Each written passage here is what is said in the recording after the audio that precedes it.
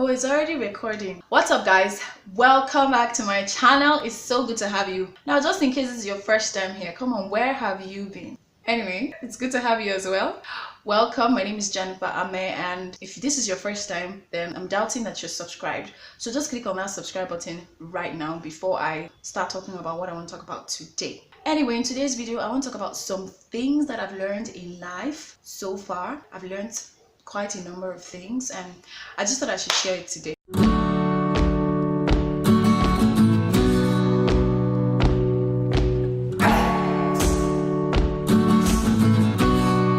Okay guys, so I'll just go straight to talking about the things that I've learned so far. Regardless of how long we live here, even if we live to be 150 or even 200, life is still very short to be living an unhappy life. Sometimes I've got to even realize that the things that even make us unhappy are not worth it. Like, they are not even relevant things. Sometimes people get depressed because of what people thought about them, because of people's opinions about them. Life is too short to be constantly depressed. Now, I know that yes, there are times when you're going through challenging times and things are just slow, in quote, for you at that moment or at that season in your life, but it's not enough for you to be unhappy. Live every day as it comes. Just be as happy as you can be, because life is too short to be unhappy. Another thing I got to learn about life is that very few things really matter. We chase after so many things. We are running after wealth. We want to live in a beautiful house. We want to drive an expensive car. We're just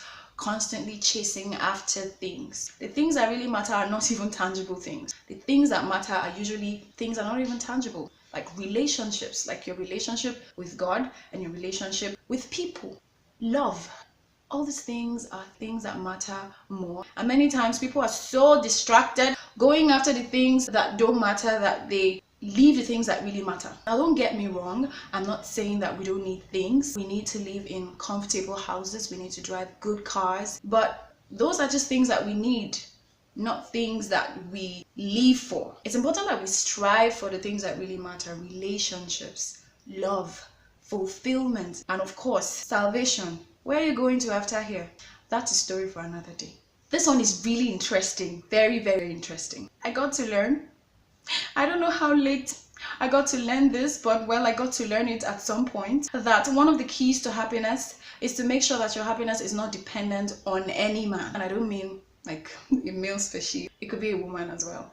But one of the keys to happiness is ensure that your happiness is not depending or is not dependent on anybody. Because if it is dependent on someone, or if it's dependent on how people treat you or how they talk to you or how they respond to you, then it means that your happiness is going to be constantly unpredictable. It's going to keep fluctuating, because you don't know how people are going to treat you tomorrow.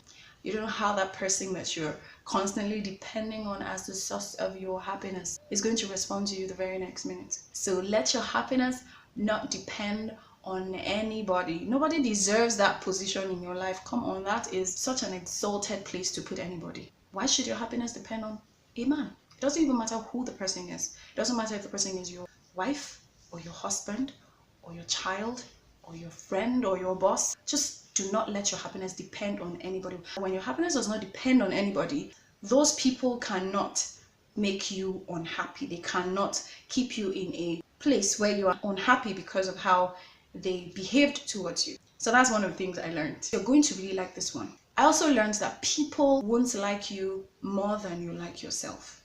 Yes, I got to learn that. Was it the hard way? Well, I don't know if it was the hard way, but I got to learn that people won't like you more than you like yourself. We have a lot of people who do not like themselves, and then they're wondering why people don't like them. Really? Why should other people like what you don't like?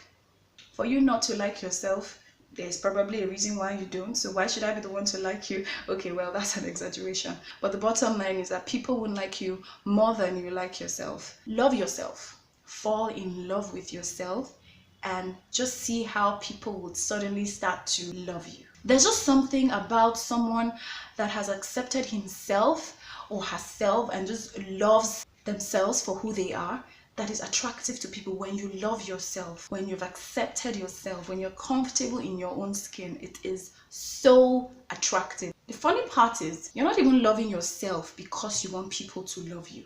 Just love yourself, and the rest just happens naturally. And the beautiful part is that when you love yourself the way that you are, it gives people freedom to also want to be themselves and to just love themselves. And it has nothing to do with how you look or your height, your color, or whatever. You know, the general things that people accept. You need to be tall, slim, whatever complexion to be accepted in society. Trust me, all of that doesn't work anymore.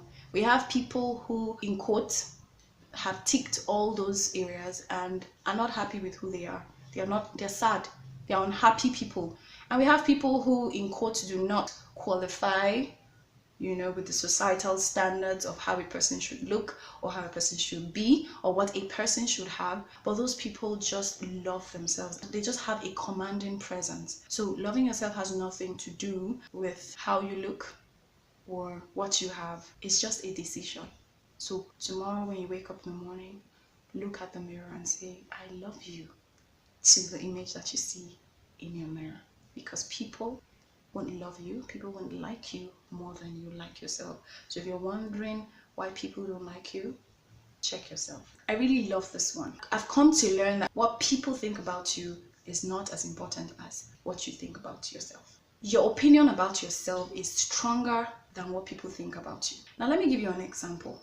When people believe in you more than you believe in yourself and they tell you, you can do this thing. Come on, I've seen you. I know that you can do this. I know you're able to do this.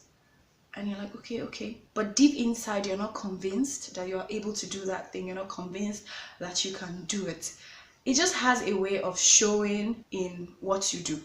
Because even if the whole world tells you that you can do something, but deep inside you don't believe it, it is what you believe that would show on the outside. So what you think about yourself, your opinion about yourself is stronger than what people think about you. And yes, I know that it is good for people to encourage us. I know that it is good when people tell you that they believe in you, tell you the things that you're capable of.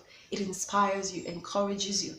But what it really does actually is that it goes into your subconscious mind and helps you to see a better picture of yourself. And gradually, if you let it, it begins to affect how you see yourself, and then it begins to affect your own opinion about yourself, and gradually you begin to think, oh yes, I can actually do this. Now that is when the light comes. That is when you can actually do it, because at that point you now believe it. But if you don't believe it, even if the whole world believes it about you, it's not going to happen. It starts with you. Okay, that's enough talking for one day. I hope you found this video helpful. If you did, give it a thumbs up. Feel free to leave a comment, subscribe to this channel, and I'll see you guys in my next video. Peace.